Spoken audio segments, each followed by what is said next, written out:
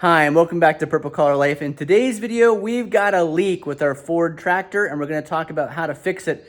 I'm going to try to take the easy way out and replace the fuel shutoff valve without removing the whole gas tank and hood. I will still need to drain all the fuel from the system, so we'll do that. But today's video is going to be a test and some tips on how you can complete that task of replacing the fuel shutoff valve when you get a leak like we have. That fuel shutoff valve is over here on the side of the tractor with the spark plugs, and it is clear up underneath right at the tank. So we're gonna take a look at that, but you'll see mine started leaking and dripping. I actually created this little bottom of a bowl to set underneath that fuel shutoff valve because whether the valve is open or closed, it constantly drips. I wanted to be able to catch that so it wasn't all just dripping down on the top of the engine, which eventually makes its way down to the muffler. So every day I'd come out and drain this little bowl, which was completely full, sometimes over full of little drops of gasoline that have accumulated over the day's time. So today's project, we want to get that fuel valve replaced so we're not leaking fuel all over the garage or the shed or wherever we have the tractor parked. So a regular small wrench cannot get over the fuel line here. So I'm going to try to remove the shutoff valve first, and then that'll give me a little bit more space to get a wrench in there to get the fuel line off of the shutoff valve. This is a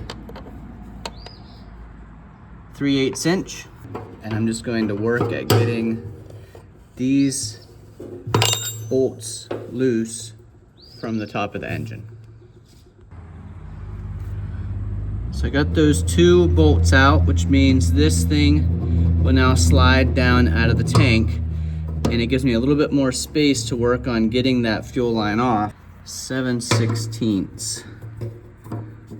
Let's see here. I'm gonna have to use two hands to get a good grip on it. I wasn't sure if I'd be able to get that out without removing the hood, so here's a couple tips on how I did it. It was not easy, but it wasn't super hard. Prepare to have your hands completely soaked in gasoline. So I was having trouble getting this fuel line off of the valve because I didn't have anything to push against. So what I ended up doing is using a small piece of wood, and I placed it underneath the front of the valve just so I would have something to use some leverage against as my wrench was on the fitting here. I was able to get the fitting loose. You can see it's off right there. And now it seems like, okay, I don't have enough space because of that filter screen to get this off. But if you rotate it around 180 degrees so that valve is facing towards the exhaust, it actually will slide down and come out just like that. Now you can see this one's not very old. It's actually pretty new. They had just replaced it, but it's a very common failure point, this brass shutoff valve. And there are cheaper versions that you can get on Amazon that just do not hold up. I mean, this one's probably only a couple years old. I don't know where this one was from. I ordered one off of Yesterday's Tractors. It's, according to the reviews of the ones you can find, it's one of the best ways to get it that'll last the longest. I've mentioned in several videos, I always shut the fuel off so that it's not just dripping down into the carburetor. I may have a second thought on that after I put the new one of these in, if the opening and closing of this valve is what always makes it leak over time. So that was a tricky part, getting this all out of the gas tank, but as you can see, it can be done without removing the hood and tank. The question is, can I get the new one in there and get that fuel line hooked on to a point where it won't leak?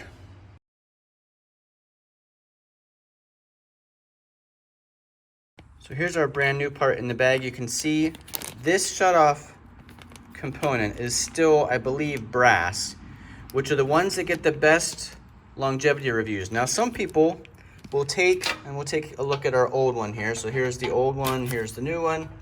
Some people will take and drill that rivet out, tap it, and put a set screw in it, which would allow you to then remove this shutoff valve, which probably has a bad O-ring or seal on it that's keeping things from sealing up and allowing that to leak.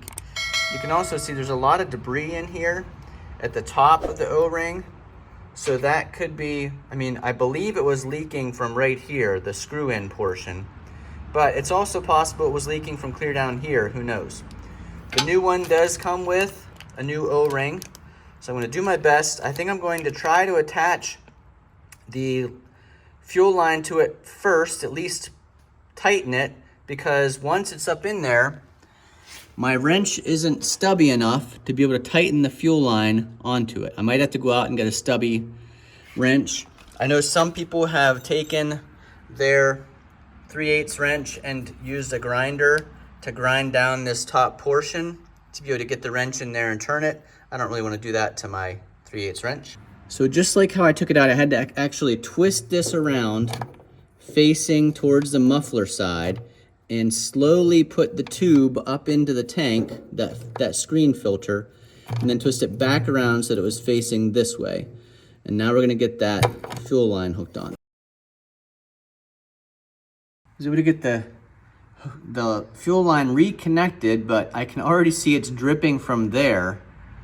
Just like I did the last time, I'm gonna use a block, but this time I'm gonna put it over top of the valve so I have something to press against or torque against as I'm trying to tighten that.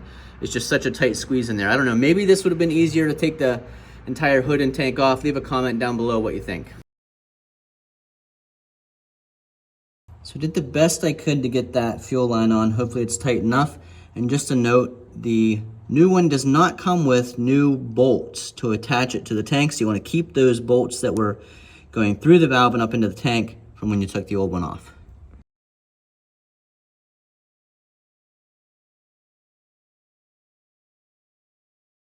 Okay, so I think we're all installed. I got to tighten the two bolts, the through bolts that go up through into the fuel tank. And I believe the fuel line's on as tight as I can get it. Again, that was the hardest part, is the fuel line coming off and the fuel line going on. It was actually not too bad to get that valve down out of the tank, swiveled around, and then pulled out. Take a look at it from down through the tank, if we can see the new part.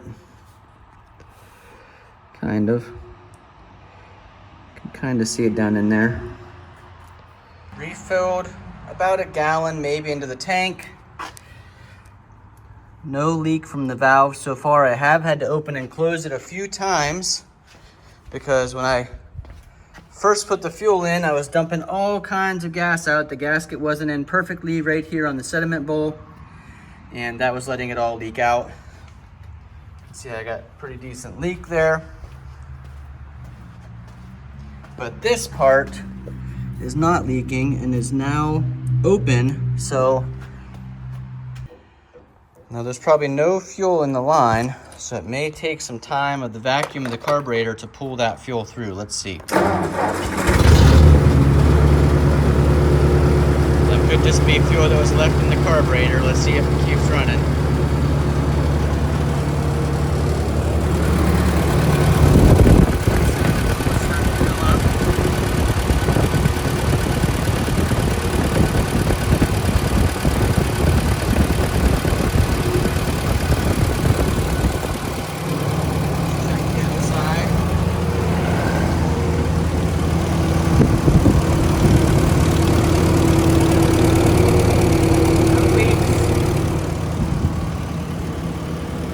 Well, a few days after I shot that video, I came out here to the shed and the valve was leaking again. And I determined that it was the fuel line that was not connected quite tight enough. And like I mentioned, it's really hard to get the wrench over top of that and tighten it up. I looked at Harbor Freight for wrenches that might fit. They make really skinny wrenches that fit in tight spaces, but they don't make wrenches where actually the rounded portion is small enough to fit over top of, in this case, that brass fitting that's right up against the tank. Now, I mentioned it to Dad, and he said he had some little wrenches. He actually found, and I'm going to put a picture in here, some old Craftsman, I think they're called flange wrenches.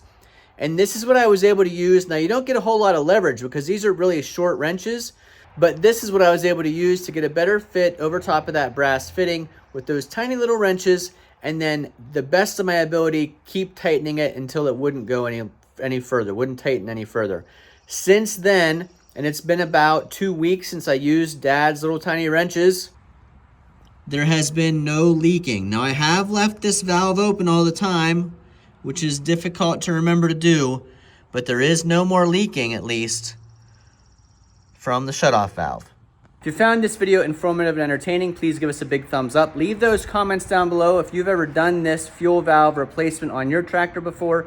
This same system should be for the Jubilee, the 600 series, even the 800 series, I believe. They all have that same type of shutoff valve. If I'm wrong, leave those comments down below. Now, I wanted to be able to do this without taking the hood and the fuel tank off, and I was successfully able to do it. It probably took me about an hour and a half total, so what should be like a 5-minute task does take a lot longer when you're working in and around those tight spaces without the tools that would make it actually a little bit easier. So leave those comments down below if you've done this before and you found an easier way. Hopefully I don't have to do it again. Also leave a comment, do you think it's okay for me to leave that fuel valve turned on all the time so I'm not wearing those little gaskets and bushings out in there that keep the fuel from leaking out? I'd like to be able to do that, but I also don't want all that fuel always running down into the carburetor, which I know can be an issue and is why I always turn the fuel off when I'm done running the tractor.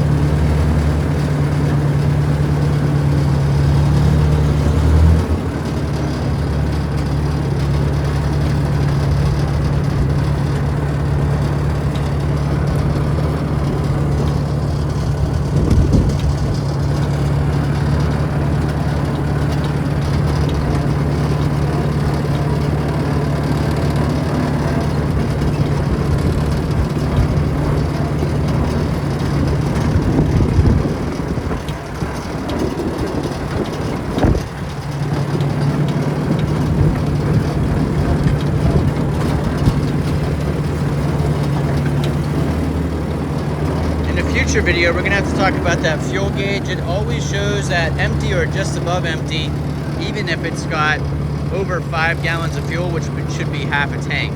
So it does, the needle does move when you start the tractor up, so it's sensing something, but it's not sensing the right amount.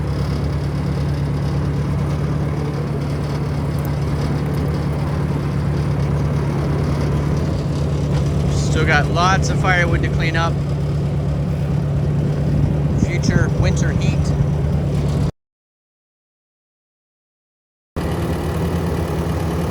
Project completed, time to put it back in the shed. It will be hard for me to break that habit of always shutting the fuel valve off. Again, leave those comments down below.